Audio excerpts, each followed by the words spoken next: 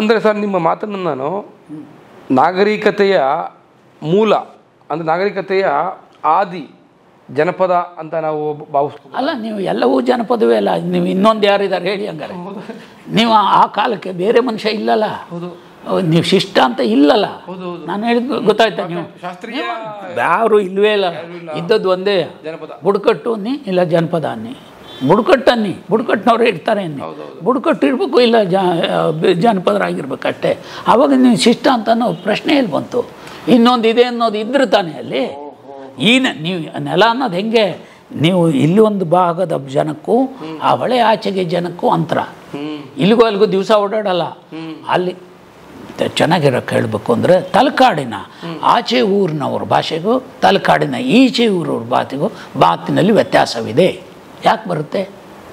ಗಡಿಗಳು, ಈ ಎಲ್ಲೆಗಳಿದೆಯಲ್ಲ, ನದಿ ಅಂತರಗಳಿದೆಯಲ್ಲ, ನದಿಗೂ ಈಚೆಗೂ ಸಮೀಪ ಅಲ್ಲ. ದಿವಸ ಹೋಗಿ ಬಂದು ಯಾವಾಗ ಮಾಡ್ಬೋದು, ದಿವಸ ಸಂಪರ್ಕದಲ್ಲಿದ್ದರೆ ಭಾಷೆ ಸಮೀಪ ಬರುತ್ತೆ. ಚನ್ನಪಟ್ಟಣದ ಈಚೆಗೂ ಮುದ್ದೂರಿನ ಭಾಷೆಗೂ ಅಂತರ, ಮುದ್ದೂರಿನ ಭಾಷೆಗೂ ಮಳವಳ್ಳಿಗೂ ಅಂತ, ಮಳವಳ್ಳಿಗೂ ಶ್ರೀರಂಗಪಟ್ಟಣ ನಂಜನಗೂಡಿಗೂ ಅಂತರ. ಅದು ಯಾಕಪ್ಪ ಏರ್ಪಡ್ತದೆ ಅಂದರೆ ಅದು ಯಾವಾಗ ತನ್ನದೇ ಎಲ್ಲೆಯಲ್ಲಿ ಇರ್ತತೋ ಅಲ್ಲಲ್ಲಿಗೆ. ಕುಂದಾಪುರಕ್ಕೆ ಮಾತ್ರ ಒಂದು ಕನ್ನಡ ಇದೆ, ಉಳಿದದ್ದೆಲ್ಲ ತುಳುನೂ ಇದೆ, ಕನ್ನಡನೂ. ಹಾಗಾಗಿ ಎಲ್ಲೇ ಮತ್ತು ಅನೇಕ ಐತಿಹಾಸಿಕ ಕಾರಣ, ಚರಿತ್ರೆಯಲ್ಲಿ ನಡೆದ ಘಟನೆಗಳ ಕಾರಣಕ್ಕಂತ ಉತ್ತರ ಕರ್ನಾಟಕಕ್ಕೂ ದಕ್ಷಿಣ ಕರ್ನಾಟಕಕ್ಕೂ ಅಂಥ ಚರಿತ್ರೆಯ ಘಟನೆಗಳು ನಡೀತದೆ. ಹೆಚ್ಚು ಕಮ್ಮಿ ವಿಜಯನಗರ ಅದು ಸೌತ್ ಮೈಸೂರವರೆಗೂ ಹೊಂದ್ಕೊಂಡಿತ್ತು. ಆ ಎರಡು ಬೈಫರ್ಕೇಷನ್ ಭಾಳ ಬಿಗುವಾಗೇ ಇತ್ತು. ಈ ಥರದ್ದೆಲ್ಲ ಅನೇಕ ಕಾರಣಕ್ಕೆ ಭಾಷೆಯಲ್ಲಿ ಅಲ್ಲಿಗೂ ಇಲ್ಲಿಗೂ ವ್ಯತ್ಯಾಸ. ಅಲ್ಲದೆ ನೀರು ಪ್ರಾಕೃತಿಕ ಕಾರಣಗಳು ಕೂಡ ಭಾಳ ಮುಖ್ಯವಾಗಿ ಕಾರಣ ಆಗ್ತವೆ ಅಂತ. ಸಣ್ಣ ಸಣ್ಣ ರಾಮನಗರ ಚನ್ನಪಟ್ಟಣ ಒಂದೇ ಇಲ್ಲ, ಅದೆರಡು ನದಿ ಮಧ್ಯೆ ಬೇರೆ ನದಿಗಳಿದ್ದಾವೆ.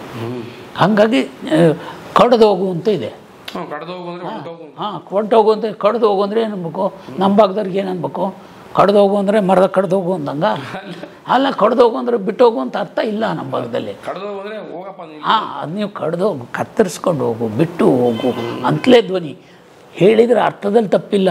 ಬಳಕೆಯಲ್ಲಿ ಇಲ್ಲದೆ ಇರೋರಿಗೆ ನೀವು ಮಲೆನಾಡಿನವರು ಇದು ತಗೊಂಡೋಗಿ ಆ ಕಡೆ ಹಣದ ಬಾರ ಮಾರ್ಯಾರ ಅಂತಾರೆ. ಹಣದ ಬಾ ಅಂತ ಇದು ಯಾಕಂತಾರೋ? ಹಣದ ಬಾ ಅಂದರೆ ಇದನ್ನು ಅಲ್ಲಿ ಬಿಸಾಕ್ ಬಾ ಅಂತ. ಹಣದು ಅಂದರೆ ನೀವು ಹಂಗಂತೀರೇನು? ಏನು ಅಂದ್ಕೊತೀರಿ ಹಣದು ಅಂದರೆ? ಕಬ್ಬಣನ ತಟ್ತಾರಲ್ಲ, ಅದನ್ನು ಹಣಿಯೋದು ಅಂತಲೇ ಹೇಳೋದು. ಹಣಿಯೋದು ಅಂದರೆ ಭಾಳ ದೊಡ್ಡ ಪ್ರಮಾಣ ಅಂತಲೇ ಮುಖ್ಯ. ಹಂಗೆ ಹಣದ ಬಾ ಅನ್ನೋದಕ್ಕಿರೋ ಪದನೇ ಅರ್ಥನೇ ಬೇರೆ. ಬಳಕೆ ಭಾಷೆ ಅನ್ನೋದೇ ಅದೇ ಸೊಗಸು. ನೀವು ಈಗ ಅಂತಹ ಪ್ರಾದೇಶಿಕ ಭಿನ್ನತೆಗಳು ಕಡಿಮೆ ಆಗ್ತಾ ಹೋಗುತ್ತೆ. ಆಶ್ಚರ್ಯ ಅಂದರೆ ಕವಿರಾಜ ಮಾರ್ಗ ಕಾಲನೇ 20 ಅಂತ ಆ ಕಾಲಕ್ಕೆ ಹೇಳ್ತಾನೆ. 1000 ವರ್ಷದಿಂದನೇ 20 ಅಂತ ಹೇಳ್ತಾನೆ. ಇವತ್ತಿಗೂ ಆ 20ರಿಂದ ಆಚೆ ಇನ್ನೂ ಇದ್ದಾವೆ. ನೀವೀಗ ಬೀದರ್ ಕನ್ನಡ, ಧಾರವಾಡ ಕನ್ನಡ, ಆಮೇಲೆ ಮೈಸೂರು, ಮಂಡ್ಯದಲ್ಲಿ ಎಷ್ಟು ಅಂತೀರಿ? ಮಂಡ್ಯದಲ್ಲಿ ಎಷ್ಟು, ಚಾಮರಾಜನಗರದಲ್ಲಿ ಎಷ್ಟು. ಹಾಗೆ ಆ ಭಿನ್ನತೆಯೇ ಅದೊಂದು ಸೊಗಡು ಅಂತೇವೆ. ನೀವು ಒಂದೊಂದು ಸೊಗಡಿಗೆ ಅವ್ರಿಗೆ ಹೆಂಗೆ ಸೊಗಡಿದೆಯೋ ಆ ಥರದೊಂದು ಸೊಗಡು ಅದು. ಅವೇ ಒಂದು ಜೀವಂತಿಕೆ. ಸಣ್ಣ ಪ್ರದೇಶ ಆಗ್ಬೋದು, ಸಣ್ಣ ಜನಸಂಖ್ಯೆ ಇರ್ಬೋದು, ಸಣ್ಣದು ದೊಡ್ಡದು ಅನ್ನೋದು ಮುಖ್ಯ ಅಲ್ಲ. ಅದೊಂದು ಸೊಗಡನ್ನು ಉಳಿಸ್ಕೊಂಡಿರೋದು ತಂದೆ ಒಂದು ಶೈಲಿ ಇದೆಯಪ್ಪ, ನಮ್ಮದೊಂದು ಶೈಲಿ ಇದೆ ಕಣೆಯ ಅಂದಂಗೆ. ಕಣೆಯ ನಾವು ನಿಮ್ಮಂಗಿಲ್ಲ ಕಣೆಯ, ನಮ್ಮದು ಒಂದು ಐತೆ ಕಣೆಯ, ನಮ್ಮದು ಒಂದು ಐತೆ ಅಂತ ಅನ್ನೋ ತಂದೊಂದು ಸ್ವಂತಿಕೆಯನ್ನು ಕಟ್ಕೊಂಡಿದ್ದಾರೆ. ಭಾಷೆ ಸುಲಭವಾಗಿ ಕಟ್ಟೋ ಕಡಿಕೋ ಹೊರಡಲ್ಲ. ತನ್ನ ತೀವ್ರತೆಯಲ್ಲಿ ಒಳಗಿರೋ ಬದುಕಿದ್ರೆ ಹಾಗಾದರೆ ಭಾಷೆಯ ಮೂಲವು ಜನಪದವೇ ಇದೆಯಾ? ನೀವು ಮಾತು ಯಾವಾಗ ಕಂಡುಕೊಂಡ್ರು ಅಂತ ಹೆಂಗೆ ಹೇಳ್ತೀವಿ ನಾವೀಗ? ಮಾತು ಯಾವಾಗ? ಮಾತು ನೀವು ಭಾಷೆ ಬಿಟ್ಬಿಡಿ. ಭಾಷೆಗಾದರೆ ಲಿಖಿತ ಇದು ಎರಡು ಬರ್ಬೋದು, ಮಾತಿಗೆ ಅದೇ ಸನ್ನೆಯಿಂದ ಶುರುವಾಗಿರೋದು, ಸನ್ನೆಯಿಂದನೇ ಇರ್ಬೋದು. ಇದು ಹೀಗೆ ಅಂತ ತಕ್ಷಣ ಕೇಳೋಕ್ಕಾಗಲ್ಲ. ಮಾತಿಗೆ ಪೂರ್ವ ಸನ್ನೆ ಇರ್ಬೋದು ಅಂತ ಊಹಿಸೋದು. ಅವರು ಸ್ಕಾಲರ್ಸ್ ಕೂಡ ಊಹಿಸ್ತಾರೆ. ಊಹಿಸೋದಕ್ಕೊಂದು ಸೋರ್ಸ್ ಇಟ್ಕೊತಾರೆ. ಈ ಕಾರಣದಿಂದ ನಾವೀಗ 2000 ವರ್ಷ ಅಂತ ಹೇಳೋಕ್ಕೆ ಹೆಂಗೆ? ಅಲ್ಲಿ ಶಾಸನ ಇದೆ, ಇಲ್ಲಿ ಶಾಸನ ಇದೆ, ಇದಕ್ಕೆ ಕಾರಣ ಅದನ್ನೇ ದಾರಿ ಏನಾದ್ರು ಹೇಳ್ಬೇಕು. 45,000 ವರ್ಷದ ಒಂದು ಕೊಳಲು ಸಿಗುತ್ತೆ, ಹಕ್ಕಿ ಕಾಲು. ಜರ್ಮನಿ ಸ್ವಿಟ್ಜರ್ಲ್ಯಾಂಡ್ ಮಧ್ಯೆ ಆ ಹಕ್ಕಿ ಕಾಲಲ್ಲಿ ರಂಧ್ರ ಇದ್ದಾವೆ. ಇದು ಕೊಳಲು ಇರ್ಬೋದು ಅಂತ ಗುರುತಿಸುತ್ತೆ. ಅದಕ್ಕೆ ಎಷ್ಟು ಪೀರಿಯಡ್ ಅಪ್ಪ ಅಂದರೆ 45,000 ವರ್ಷ. ಬುಡಕಟ್ಟಿನ 60,000 ವರ್ಷದ ಹಿಂದಿನ ಪೇಂಟಿಂಗ್ ಸಿಗ್ತವೆ. ನಮ್ಮಲ್ಲಿ ಹೊಳೆಯಲ್ಲಿ ಕಲ್ಲಲ್ಲಿ ಕೆತ್ತಿದ್ದಾರೆ, ಹೊಳೆ ಮಧ್ಯೆ ಇರೋ ಬೇಸಿಗೆಯಲ್ಲಿ ಹೊಳೆ ನೀರು ಕಡಿಮೆ ಆಗುತ್ತಲ್ಲ, ಆ ಕಲ್ಲಲ್ಲಿ ಆನೆ ಹಸು ಹಿಂಗೆ ಕೆತ್ತಿದ್ದಾರೆ. ಅದಕ್ಕೆ 20,000 ವರ್ಷ ಹಿಂದೆ ಅಂತ. ನಮ್ಮ ಭಾಗದಲ್ಲಿ ನೀವು ಲೆಕ್ಕ ಹಾಕಿದರೆ ಕನಿಷ್ಠ 20,000 ವರ್ಷದ ಹಿಂದೆ ಇಲ್ಲಿ ಜನವಸತಿ ಇತ್ತು. ಅವರು ಆನೆ ನೋಡ್ತಾರೆ, ಹಸು ನೋಡ್ತಾರೆ, ಜನ ಇದ್ದಾರೆ.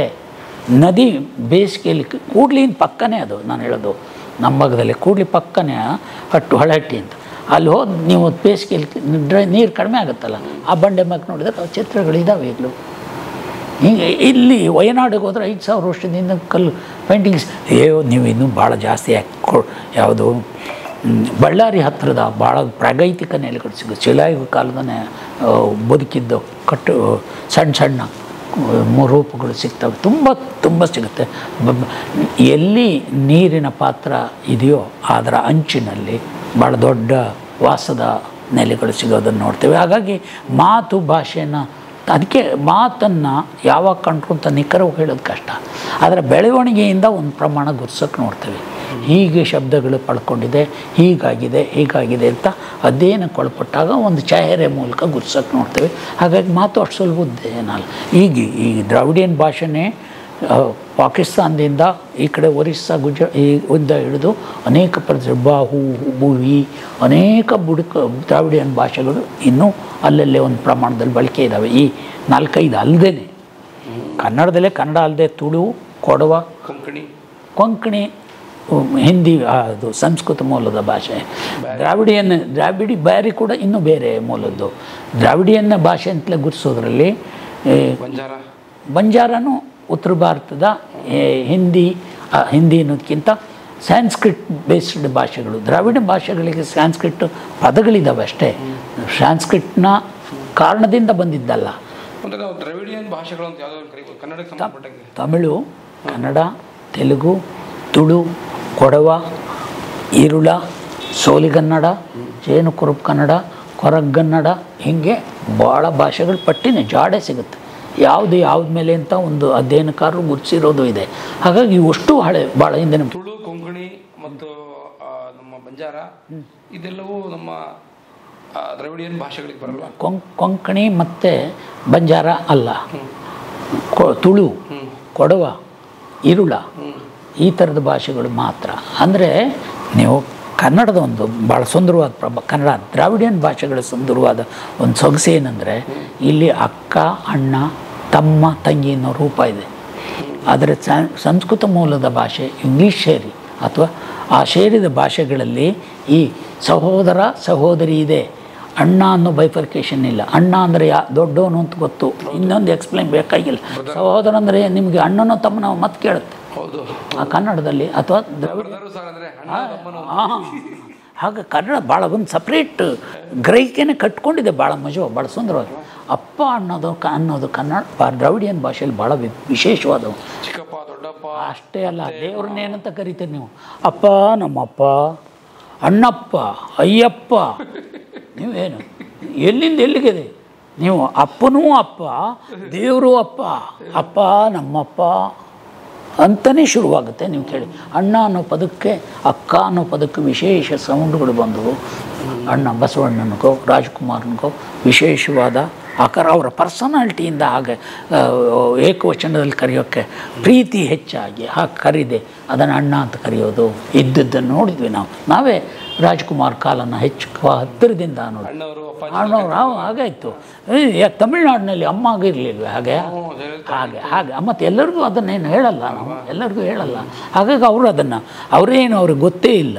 ಅವರು ಅದಕ್ಕೆ ಪಾತ್ರರು ಅನ್ನೋದು ಕೂಡ ಅವ್ರಿಗೆ ಗೊತ್ತಿದೆ ಅನ್ನೋದು ಮುಖ್ಯವೇ ಆಗಿಲ್ಲ. ಆಗಿದ್ದದ್ದನ್ನು ನೋಡ್ತೇವೆ. ಹಾಗಾಗಿ ಭಾಷೆ ಭಾಳ ಸುಂದರ. ಆ ಭಾಷೆಯ ಸೊಗಸೆ ಕನ್ನಡದ ಸೊಗಸು. ಯಾವ ಭಾಷೆಯ ಸೊಗಸು? ಕನ್ನಡ ಅಂತ ಏನು ಬೇಕಾಯ್ತು. ಯಾವ ಭಾಷೆಗೂ ತನ್ನ ಸೊಗಡನ್ನು ಕಟ್ಕೊಡ್ಬೇಕಾದ್ರೆ ಅದನ್ನು ಹೆಂಗೆ ದುಡಿಸ್ಕೋತೀಯ ಅನ್ನೋದ್ರ ಮೇಲೆ, ಹೆಂಗೆ ಅದನ್ನು ಕಟ್ತೀಯ ಅನ್ನೋದ್ರ ಮೇಲೆ. ಮಾತನ್ನು ಒಗಟಾಗಿ ಕಟ್ಟೋದೇ ಒಂದು ಪೊಯಿಟ್ರಿಕ್. ಅದು ಮೊದಲು ಕಾವ್ಯದ ಗುಣನ ಕಂಡುಕೊಂಡಿದ್ದೇ ಅಲ್ಲಿ. ನೀವು ತೊಟ್ಲು ತೂಗೋ ಮಗುಗೆ ಆ ಹೇಳಿದ ಹಾಡು ಅರ್ಥ ಆಗುತ್ತೆ ಅಂತ ಹೇಳ್ತಾರೆ? ಅರ್ಥ ಆಗಲ್ಲ, ಅರ್ಥ ಆಗಬೇಕಾಗಿಲ್ಲ.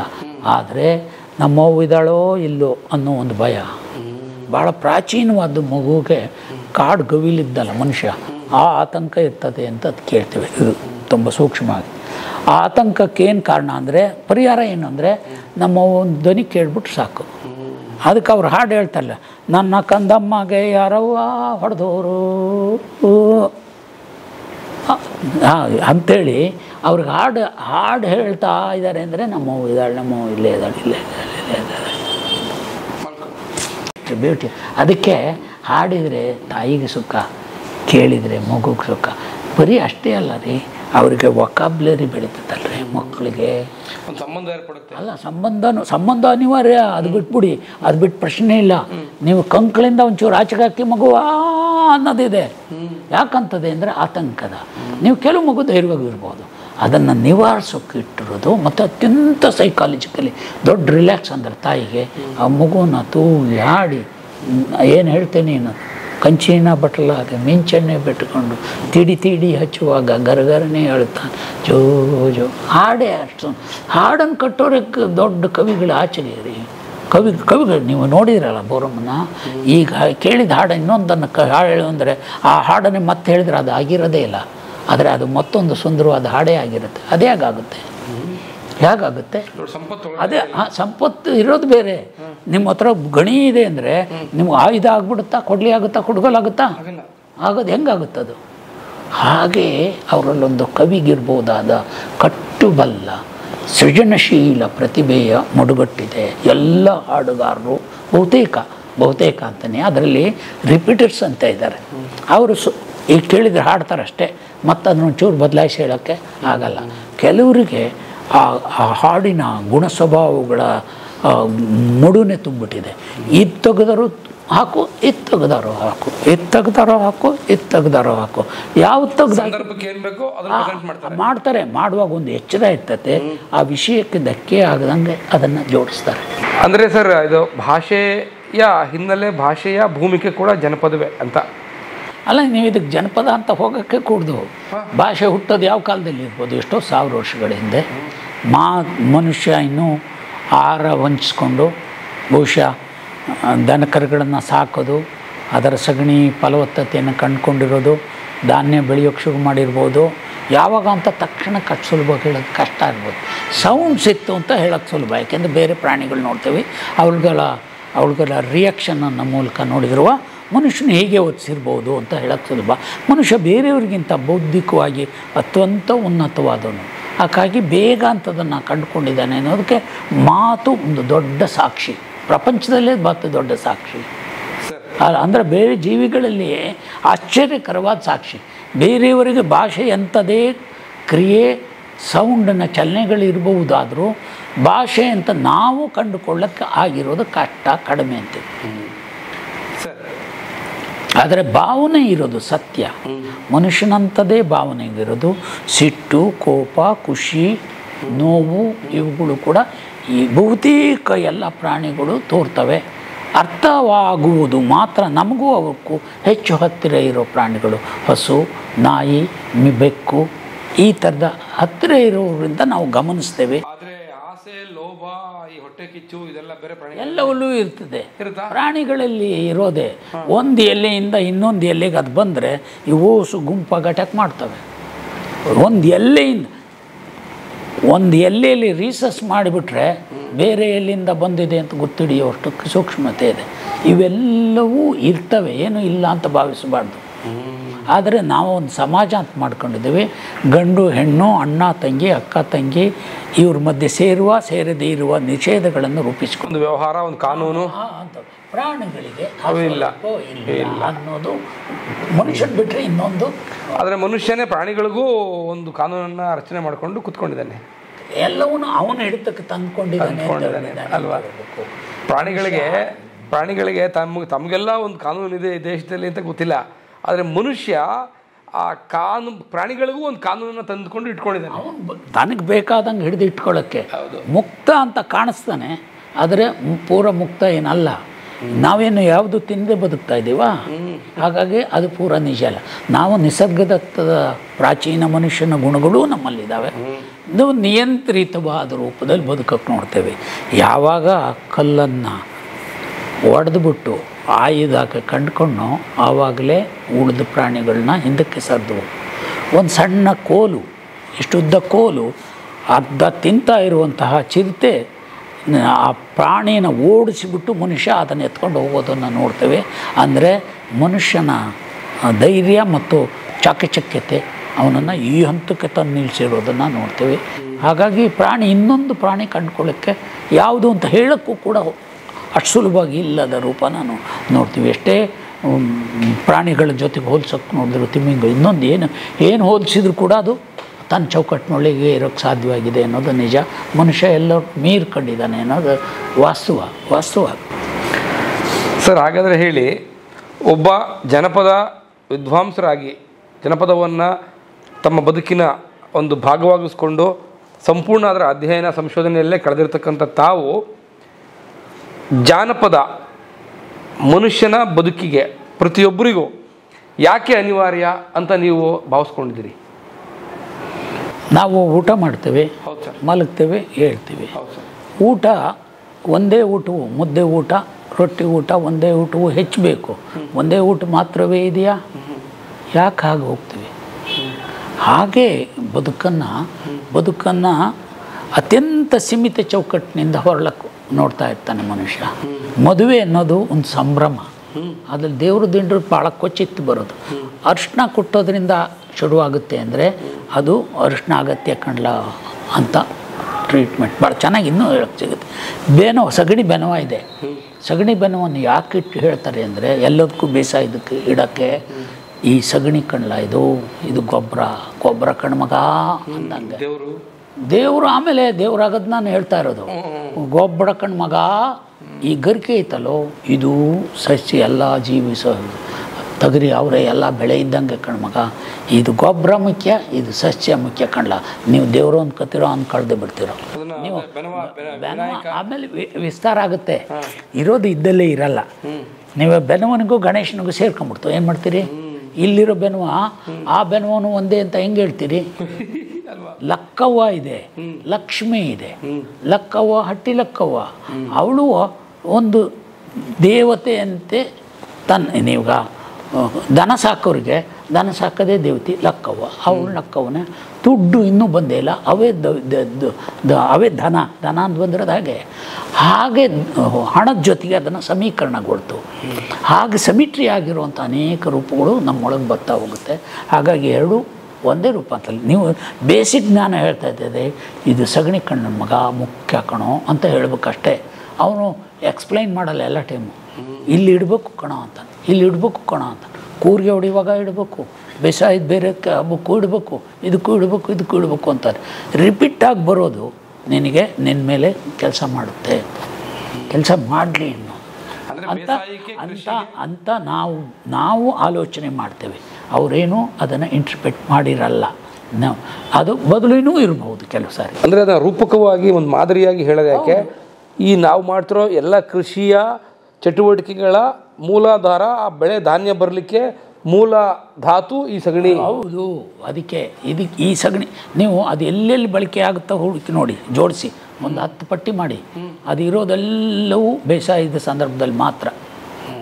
ಮನೇಲಿ ಇಟ್ಟರು ಅಂಥದ್ದೊಂದು ಬೇಸಾಯದ ಚಟುವಟಿಕೆಯಲ್ಲಿ ಮಾತ್ರ. ನೀವು ಅದ್ರ ಮತ್ತೆ ಸಾವಿಗೂ ಒಂದು ಬೆಣವ ಅಂತ ಇದೆ, ಅದು ಬೇರೆ ಎಕ್ಸ್ಟೆನ್ಷನ್ಸ್ ಇನ್ನೂ ಎಲ್ಲಿಗೆ ಹೋಗುತ್ತೆ.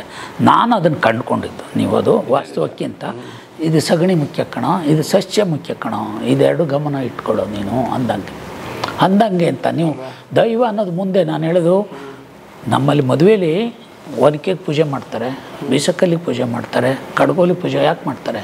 ಅದೇ ಆಗಿನ ಕಾಲದಲ್ಲೆಲ್ಲ ಅದನ್ನು ಕುಟ್ಟೆ ಅಪ್ಪ ಸ್ವಾಮಿ ನಮ್ಮ ಕೆಲಸಕ್ಕೆ ನೀನು ಬಂದೆಲ್ಲಪ್ಪ, ನೀನು ನನ್ಗೆ ಒಳ್ಳೇದು ಮಾಡ್ದೆಲ್ಲಪ್ಪ, ನಿನ್ಗೆ ಒಳ್ಳೇದಾಗಲಿ ಅಂತ. ದೇವರು ಅಂತಿರೋ ಬಿಡ್ತಿರೋ ಅದ್ರ ಆಚೆಗೆ ಒಂದು ಕಾಣುತ್ತೆ. ನಾನು ಹೇಳಿದ ಪಾಯಿಂಟ್ ಗೊತ್ತಾಯ್ತಾನೆ. ಅಂದರೆ ಇಷ್ಟು ದಿನ ನಮ್ಮನ್ನು ಕಾಪಾಡ್ಕೊಂಡು ಬಂದು ನಮ್ಮ ಮದುವೆ ನೀವು ಮದುವೆ ಅನ್ನೋದಕ್ಕೆ ಅಕ್ಕಿ ಮಾಡೋಕ್ಕೆ ಊರೆಲ್ಲ ಬರೋರು, ಬೀಸೋದಕ್ಕೆ ಊರೆಲ್ಲ ಬರೋರು, ಊರೆಲ್ಲ ಸೇರಿ ಮದುವೆಗಳು, ಚಪ್ರ ಹಾಕಕ್ಕೆ ಗುಂಪು, ಎಲ್ಲರೂ ಅದಕ್ಕೊಂದು ಊಟ, ಇದಕ್ಕೊಂದು ಊಟ, ಅದಕ್ಕೊಂದು ಊಟ. ಅದಷ್ಟು ತನ್ನ ಗುಂಪಿನವ್ರ ಜೊತೆಗೆ ಹಂಚಿಕೊಳ್ತಾ ಇದ್ದ ರೂಪದ ಒಂದು ಸಣ್ಣ ಸುಂದರವಾದ ಪ್ರತೀಕಗಳು. ಹಾಗಾಗಿ ಮದುವೆಯಲ್ಲಿ ಎಲ್ಲವೂ ಗಂಡು ಹಬ್ಬ ಅಂಥದ್ದು ಒಗಟು ಹೇಳೋದು, ಜರಿಯೋ ಪದಗಳನ್ನ ಕೇಳಿಬಿಟ್ರೆ ನೀವು ಆಶ್ಚರ್ಯ ಬಿದ್ದೋಗ್ತೀರಿ. ಆ ಜರಿಯೋದನ್ನು ಹೇಳುವ ಮತ್ತು ಜರಿಯೋದನ್ನು ಸಹಿಸಿಕೊಳ್ಳುವ ಮನೋಭೂಮಿಕೆ ಇಲ್ಲ. ಈಗ ಅದಕ್ಕೆ ಆ ಪದಗಳು ಹಿಂದಕ್ಕೆ ಸರಿದು ಮೂಲಿಗೆ ಹೋಗ್ಬಿಟ್ಟು ಮತ್ತು ಪದ್ಧತಿನೇ ಬದಲಾಯ್ತಲ್ಲ. ಈಗ ಜಾಸ್ತಿ ಆಯಿತು ಜನಗಳಲ್ಲಿ. ಅಲ್ಲಲ್ಲ, ನೀವು ಅದು ಜನರ ಆಲೋಚನೆ ಕ್ರಮ, ಬೌದ್ಧಿಕ ಕ್ರಮ, ಎಜುಕೇಷನ್ ಕೂಡ ಕಾರಣ. ಎಜುಕೇಷನ್ ಹೆಚ್ಚಾದಾಗ ಜನಪದಕ್ಕೆ ಅನುಕೂಲ ಏನಲ್ಲ. ಮೌಖಿಕರಣ ಮಾಡ್ತೀರೇನು ನೀವು ಹಿಂದಕ್ಕೆ? ಬುದ್ಧಿ ಒಂದು ಸಾರಿ ಎಜುಕೇಟೆಡ್ ಆದವನು ಅಕ್ಷರ ಬಲ್ದವನು ಆಗ್ತಾನೇನೋ ಇಲ್ಲ, ವಾಪಸ್ ಹೋಗೋಕ್ಕೆ ಬರಲ್ಲ. ಹಾಗಾಗಿ ವಾಪಸ್ ಹೋಗೋದು ಸಾಕ್ಷಿ ಕಲ್ಲನ್ನು, ಆ ಕಲ್ಲು ಹತ್ರ ಸಾಕ್ಷಿ ಹೇಳಿದ್ವಿ ಅನ್ನೋದನ್ನು ಅವನು ನಂಬಿಕೆ ಬಿಲೀವ್ ತಗೋತಾನೆ. ಬೌದ್ಧಿಕ ಮನುಷ್ಯ ತಗೋತಾನ. ಅದಕ್ಕೆ ಸಾಕ್ಷಿ ಕಲ್ಲುನಲ್ಲಿ ಬಾ, ನಿನ್ನ ಮಗಳು ಕೊಡ್ತೇನೆ, ನಿನ್ನ ಮಗನ ಆ ಸಾಕ್ಷಿ ಕಲ್ಲು, ಆ ಸಾಕ್ಷಿ ಕಲ್ಲನ್ನು ಕೂಡ ನಿಯತ್ತನ್ನು ಸೂಚಿಸುತ್ತೆ ಅಂತ. ಮೌಖಿಕರಲ್ಲಿ ಅಂಥ ನಿಯತ್ತಿನ ಗುಣ ಹೆಚ್ಚು ಅಂತೀವಿ. ಇಲ್ಲ, ಬೇರೆಯವ್ರಿಗಿಲ್ಲ, ಅವರು ಭಾಳ ಶುದ್ಧರು ಅಂತ ಏನು ಭಾವಿಸ್ಬೇಕಾಗಿಲ್ಲ. ಅಲ್ಲೂ ವ್ಯತ್ಯಾಸ ಇರ್ಬೋದು. ಹೆಚ್ಚು ಅನ್ನೋದನ್ನು ಮರೆಯಲ್ಲ. ಹೆಚ್ಚು ನೈತಿಕತೆ ಅಥವಾ ಹೆಚ್ಚು ಅತ್ಯಂತ ಗೌರವಯುತವಾದ ಭಾವವನ್ನು ಕಾಣ್ಕೊಡುತ್ತೆ. ಹೆಮಾರಿಸೋ ಕಡಿಕೆ ಭಾಳ ಕಡಿಮೆ ಇರ್ತದೆ ಅನ್ನೋದು ಭಾಳ ಅಪರೂಪದ ಗುಣ. ಅಂದರೆ ಏನು ನಿಮ್ಮ ಮಾತಿನ ಅರ್ಥ ಅಂದರೆ, ಬದುಕಿಗೆ ಜಾನಪದ ಯಾಕೆ ಬೇಕು ಅಲ್ಲ, ಬದುಕಿ ಇಟ್ ಸೆಲ್ಫ್ ಇಸ್ ಎ ಜಾನಪದ ಅಂತ ಅಲ್ಲ. ನೀವು ಹೊಸ ಕಾಲಕ್ಕೂ ಅವನ್ನು ಅಳವಡಿಸ್ಕೊಳ್ಳೋಕ್ಕೆ ಸಾಧ್ಯವಾದರೆ, ಕಡಿಮೆ ಇದ್ದೀವಿ ಅಳವಡಿಸ್ಕೊಳ್ಳೋಕ್ಕೆ ಸಾಧ್ಯವಾದರೆ ಅವರು ಈ ಡಿಪ್ರೆಷನ್ನು, ಶುಗರು, BP ಇವೆಲ್ಲ ಹೆದರಿ ಓಡೋಕೆ ಏನಿಲ್ಲ. ಸುಲಭ ಹೇಳ್ತೀನಿ ನೋಡಿ. ನೀವು ರಿಟೈರ್ಡ್ ಆಗಿದ್ದೀರಿ, ಒಂದೇ 10 ನಿಮಿಷ ಪಟ ಕುಣಿದ್ಬಿಟ್ರೆ, ನೀವು 75 ವರ್ಷದವರು ರಂಗದ ಕುಣಿತ ಕುಣಿತಾರೆ. ಅವ್ರಿಗೆ ಯಾವ್ಯಾವ ಕಲೆನೂ ಇಲ್ಲ. ಓಸು ನೋಡಿ, ರಂಗದ ಕುಣಿತ ಅಂತ ಹಾಸನ ಸುತ್ತ, ಮಂಡ್ಯ ಸುತ್ತ ಇದೆ. ಆ ಕಲೆಯಲ್ಲಿರೋ ಹೆಜ್ಜೆ ವೆರೈಟಿ ಆಶ್ಚರ್ಯ. ನೀವು ಎಷ್ಟು ಯಾಕೆ ಹೋಗ್ತೀರಿ? ಅಲಾಯಿ ಹೆಜ್ಜೆ ಕುಣಿತ ಈಗ ಉತ್ತರ ಕರ್ನಾಟಕದಲ್ಲಿದೆ. ಇಡೀ ಉತ್ತರ ಕರ್ನಾಟಕ ಅಲಾಯಿ ಹಬ್ಬದಲ್ಲಿ ಕುಣಿತಾರೆ. ಎಷ್ಟು ಕುಣಿತಾರೆ ಒಂದ ಊರು 100 ಅಂತ ಹೇಳಿದ್ರೆ ನಾನು 1000ಕ್ಕಿಂತ ಆಚೆ ಇರ್ಬೋದು. ಅಷ್ಟು ಅಲಾಯಿ ಹೆಜ್ಜೆಗಳನ್ನು ಮುಸ್ಲಿಮ್ಸು ಬೇರೆಯವರು ಎಲ್ಲರೂ ಕುಣಿತಾರೆ. ಹಂಗೆ ಕುಣಿಯೋದು ಅವರ ಸುಖ. ಕುಣಿಯೋದು ಬೇಸಿಕಲಿ ಸುಖದ ಒಂದು ಪ್ರತೀಕ. ನೋವು ಇರ್ಬೋದು ಕಡಿಮೆ, ಸುಖದ ಭಾಳ ಉಚ್ಚಾಯ ಕುಣಿತಾನೆ ಮಾತಿಗಿಂತ ಮೊದಲು ಕಂಡುಕೊಂಡಿದ್ದು ಅಂತ ಗುರುತಿಸಿರುವಂಥ ಒಂದು ಹೆಜ್ಜೆ ರೂಪ. ಅದಕ್ಕೆ ಈ ಹೆಜ್ಜೆ ಎತ್ತಿಟ್ಟು ಈ ಹೆಜ್ಜೆ ಹಾಕಿದ್ರೆ ಸಾಕು ಕುಣಿತದ ರೂಪ. ಹಿಂದಕ್ಕೆ ಹಾಕು, ಮುಂದಕ್ಕೆ ಹಾಕು, ಮೇಲಕ್ಕೆ ಹಾಕು, ಕೆಳಕ್ಕೆ ಹಾಕು. ಪ್ರಪಂಚ ತುಂಬ ಅರೇಬಿಕನ್ ಕಂಟ್ರಿಯಲ್ಲಿ ಕೂಡ ಒಂದು ಹೆಜ್ಜೆ ಕುಣಿತದ ರೂಪ ಇರೋದನ್ನು ನೋಡ್ತೇವೆ. ಆಗ ಬಹುತೇಕ ಪ್ರಪಂಚದ ಅಪರೂಪದ ಕುಣಿತಗಳಲ್ಲಿ ಕೂಡ ಹೆಜ್ಜೆ ಪ್ರಧಾನವಾಗಿರೋದಂತ ಸುಲಭ. ಈ ಹೆಜ್ಜೆ ಮಗು ಅತ್ಯಂತ ಖುಷಿಯಾದರೆ ಏನು ಮಾಡ್ತವೆ, ತಪ ಪಡ್ತದೆ. ಅದಕ್ಕೊಂದು ರಿದಮ್ ಇರ್ತದೆ, ರಿದಮ್ ಥರ. ಹಾಗೆ ಹಿಂಗೆ ಅಂತಾರೆ. ಆಗ ಖುಷಿ. ಹಾಗಾಗಿ ಅದರ ನಂತರ ಮಾತು ಕಂಡ್ಕೊಂಡ್ಮೇಲೆ ಅದನ್ನು ಸಾಹಿತ್ಯಿಕ ಬಗೆಯಲ್ಲಿ ಕಂಡುಕೊಳ್ಳುತ್ತೆ. ಹಾಡು, ಒಗಟು, ಗಾದೆ ಎಲ್ಲರ ಮೂಲಕ ಇನ್ನೊಂದು ಕಟ್ತಾ ಹೋಗ್ತೇವೆ. ಜೋಕ್ ಕಟ್ಟಿದ್ದೇವೆ, ಕತೆ ಕಟ್ಟಿದ್ದೇವೆ. ಏನು ಓದೋಕ್ಕೆ ಸ್ಕೂಲ್ ಇಲ್ಲ, ಅದರ ಕತೆ ಹೇಳ್ತಾನೆ, ಹಾಡು ಹೇಳ್ತಾನೆ, ಪದ ಹೇಳ್ತಾರೆ. ಅವರೇನು ಅಲ್ವಾ? ಅದಕ್ಕೆ ಹೇಳಿದ್ದು ಆ ಎಲ್ಲವೇ ಅವ್ರನ್ನ ಜೀವನ ಸಾಗಿಸೋದಕ್ಕೆ, ಸುಖ ಅನುಭವಿಸೋದಕ್ಕೆ. ಯಾವತ್ತೋ ಒಂದು ನಾಟಕ ಅದು ಇಲ್ಲದೆ ಇದ್ದಾಗಲೂ ಅವರು ಆನಂದವನ್ನು ಇವುಗಳಿಂದನೇ ಪಡಿತಾ ಇದ್ರು ಅನ್ನೋದು ಸತ್ಯ. ಅವು ಅಪರೂಪದವು. ಅವನ್ನು ಈಗಿನ ಜನವರ್ಗನೂ ಅಳವಡಿಸ್ಕೊಳ್ಳಿಕ್ಕೆ ಸಾಧ್ಯವಾದರೆ ನಾವು ಕಾಣುವ ಅನೇಕ ಕೊರತೆಗಳನ್ನು ಈ ಮೂಲಕ ನಿಭಾಯಿಸ್ಬೋದು. ಆದರೆ ಅದನ್ನು ಬದುಕಿಗೆ ಹೊಂದಿಸುವ ಜರ್ನಿ ನಾವಿನ್ನೂ ಹೊರಡಬೇಕಾಗಿದೆ. ಹೊಸ ಜನ್ರೇಷನ್ನು ಮತ್ತು ಎಜುಕೇಟೆಡ್ ಕೂಡ ಈ ಕಲೆಗಳನ್ನು ಕಲಿಬೇಕು. ನಮ್ಮ ಖುಷಿ ಕಲಿಬೇಕು ಅನ್ನೋದು ಕೂಡ ಕ್ಲಬ್ ಥರ ಆಗಬೇಕು. ಕ್ಲಬ್ ಅದಾವ ಈಗ, ಬೇರೆ ಕ್ಲಬ್ಗಳಿದೆ. ಈ ಕ್ಲಬ್ಗಳು ಹುಟ್ಟೋ ಹಂಗೆ ಆಗಬೇಕು. ಜನಪದ ಕ್ಲಬ್ಗಳು. ನೀವು ಅವ್ರು ಚಾರ್ಜ್ ಇರಲಿ, ಚಾರ್ಜ್ ಕೊಡೋಕ್ಕಿರ್ತಾರೆ. ದುಡ್ಡಿಂದಲ್ಲ ಸಮಸ್ಯೆ, ವ್ಯವಸ್ಥೆ ಸಮಸ್ಯೆ. ನೀವೇ ಯಾರೋ ಶುರು ಮಾಡಿ ಆ ಕ್ಲಬ್ ಖಂಡಿತ ಸೇರ್ತಾರೆ. ನೀವು ಹಳ್ಳಿಗಾಡು ನಿಮ್ಮ ಥರ ಗುಣ ಇದೆಯಲ್ಲ, ನೀವು ಹಳ್ಳಿಯವರಲ್ಲ, ಆದರೆ ಹಳ್ಳಿಯವರೇ. ಆ ಹಳ್ಳಿಯವ್ರು ಇರೋರಿಗೆ ಪಕ್ಕಂತ ನೀವು ಮೊದಲೇ ನಾನು ಸೇರಿಸುವಂತೆ. ಹಂಗೆ ನಿನ್ನ ಜೊತೆಗೆ ಒಬ್ಬ ಸಿಟಿಯವನ ಬಾಯಲ್ಲಿ ನಿಮ್ಗೆ ಗೊತ್ತಿಲ್ಲ ಸೇರ್ತತೆ. ಹಾಗೆ ಏರ್ಪಡೋದು ಒಂದು ಅಂತ ಕ್ಲಬ್. ಏನಿರಬೇಕು ಕ್ಲಬ್ಬಲ್ಲಿ? ಕ್ಲಬ್ ಮಾಡಿದ್ರೆ ಏನೇನು ಬೇಕಾಗಿಲ್ಲ. ಪಟಕುಂಟಕ್ಕೆ 2 ತಮಟೆ ಗೊತ್ತು, ನೀವು ಕಲ್ತರಾತು. ನೀವು ತಕ್ಷಣಕ್ಕೆ ರೆಕಾರ್ಡೆಡ್ ಪ್ರಾಕ್ಟೀಸ್ಗೆ ಏನು ಕೇಳುತ್ತೇನೋ, ಅದೇ ರೆಕಾರ್ಡೆಡ್ ಹಾಕಿ ಪ್ರಾಕ್ಟೀಸ್ ಮಾಡಿ. ಆಮೇಲೆ ನೀವೇ 2 ಗತ್ತು ಕಲ್ತಿ. ಏನೇ ಬರೀ ತಮಟೆ ಒಂದೇ ಇದ್ರೆ ಸಾಕು. ಬಂದವರ ಕುಣಿಸೋದು, ತಮಟೆ ಬಾರಿಸಿ ಕುಡಿಯಪ್ಪ. ಹಾಂ, ನೀವು ಕುಣಿದ್ರೆ ಮೈ ಬೆವರು ಇಳಿದೋತು. ಮೈ ಬೆವರು ಇಳಿದ ತಕ್ಷಣ ನಿಮ್ಮ ರೋಗ ಅದು ಶುಗರ್ ಅನ್ನೋದು ಕೂಡ ಹೋಗ್ಬಿಡ್ತತೆ. BP ಇರೋದೇ ಬರೋಕ್ಕೆ ಸಾಧ್ಯವಿಲ್ಲ. ನಿಮ್ಮ ಕೈಲೇ ಆ ಕ್ಲಬ್ ಇನಾಗ್ರೇಷನ್ ಮಾಡಿಸ್ತೀನಿ. ನಿಮಗೆ ಅಸಾಧ್ಯ, ಅದಕ್ಕೆ ಅದೆಲ್ಲ ಇಟ್ಟೇ ಹೇಳಿದೆ. ಖಂಡಿತ ಆಗಲಿ, ಅದಕ್ಕೇನಿದೆ. ನೀವು ಆಗಲ್ಲ ಅಂಥವ್ರು 10 ಜನ ಸೇರಿಸೋದು, ನಮಗೆ ಬೇಕಾದ್ರೆ ಸೇರಿಸೋದು. ಅದಕ್ಕೆ ಪ್ರಚಾರ ತಗೋಬೇಕು. ಪ್ರಚಾರ ಯಾಕೆ ತಗೋಬೇಕಂದ್ರೆ ಹಿಂಗೆ ನೀವು ಹಬ್ಬಲಿ ಅನ್ನೋದಕ್ಕೆ ನಾವು ಮಾಡಿದ್ವಿ ಅಂತಂದ್ರೆ ಸ್ವಲ್ಪ ಸಿಟಿಯಿಂದ ದೂರ ಇರ್ಬೇಕು ಸರ್. ಇಲ್ಲಿ ಈಗ ನಗರದಲ್ಲಿ ಟಮಟೆ ಬಾರಿಸ್ತಾ ಇದ್ರೆ ಅಕ್ಕಪಕ್ಕದವ್ರ ನೀವು ಈ ಒಳಗೆ ಹೊಡೆದ್ರೆ ಹೊರಗೆ ಅಷ್ಟು ಕೇಳಲ್ಲ. ಅದಕ್ಕೆ ಕೈ ಇದೆ, ಕೈ ಸಣ್ಣ ಕೊಯ್ಯೋಕ್ಕೂ ಬರುತ್ತೆ, ದೊಡ್ಡ ಹೊಡಿಯೋಕ್ಕೂ ಬರುತ್ತೆ. ಸೌಂಡ್ ಪ್ರೂಫ್ ಮಾಡ್ಕೊಬೋದು. ಈಗಿರೋದೇ ಸಾಕು. ನಾನು ಹೇಳ್ತಾ ಇರೋದು ಇಲ್ಲಿಯೇ ಶುರು ಮಾಡಿ. ಇಲ್ಲಿ ಒಂದು ಟಮಟೆ ನಿಂತ್ಕೊಂಡ್ರೆ ಮುಗೀತು. ಅದು 10 ಜನ ಬೇಕಾದಷ್ಟು ಆಯ್ತು, ಕುಣಿಬೋದು. ನೀವೇ ಸೇರಿ ಅಂತೀನಿ, ನಾನು ಬೇರೆ ಯಾರು ಬೇಡ. ನಾವೇ ಟಮಟೆ ನಾವೇ ಕುಣಿಯೋದು. ಹಾಂ, ನಿಮಗೆ ನಾನು ಯಾರ್ಯಾರಿಗೂ ಆಗದೇ ಇರೋದನ್ನ ಹೇಳಿಲ್ಲ, ನೋಡಿದ್ರೆ ಸರಳವಾಗಿ ಹೇಳಿದ್ದೀನಿ ಅಷ್ಟೇ. ಆಗದೇ ಇರೋದು ಹೇಳಿ ಟಮಟೆ ವಿಡಿಯೋ ಆಡಿಯೋ ಹಾಕೊಳ್ಳಿ, ಕುಣೀರಿ. ಹಾಂ, ಆಮೇಲೆ ನೀವು ಶೋ ತೋರಿಸುವಾಗ ಒಂದು ಟಮಟೆನ ಇರಬೇಕು, ಆವಾಗ ಅದಕ್ಕೆ ಗಾಂಭೀರ್ಯ ಬರ.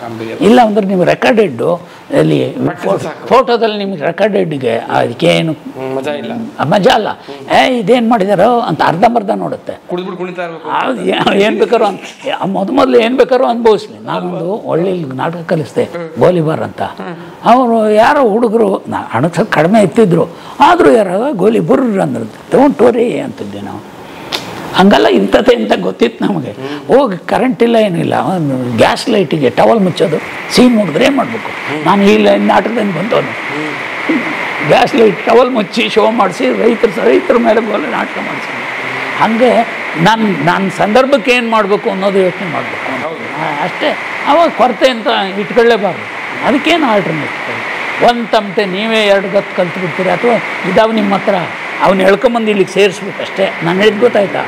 ಇಷ್ಟೊಂದು ಜರ್ನಿ ಮಾಡಿದವ್ರಿಗೆ ಆ ಗತ್ತುಗಳು ಇದ್ದಾವೆ, ಎಲ್ಲೋ ಮಲಗಿದ್ದಾವೆ, ಎಳ್ಕೊಂಬಂದು ಇಲ್ಲಿಗೆ ಕಟ್ಬಿಟ್ರೆ ಅವೆರಡೇ ಗತ್ತು.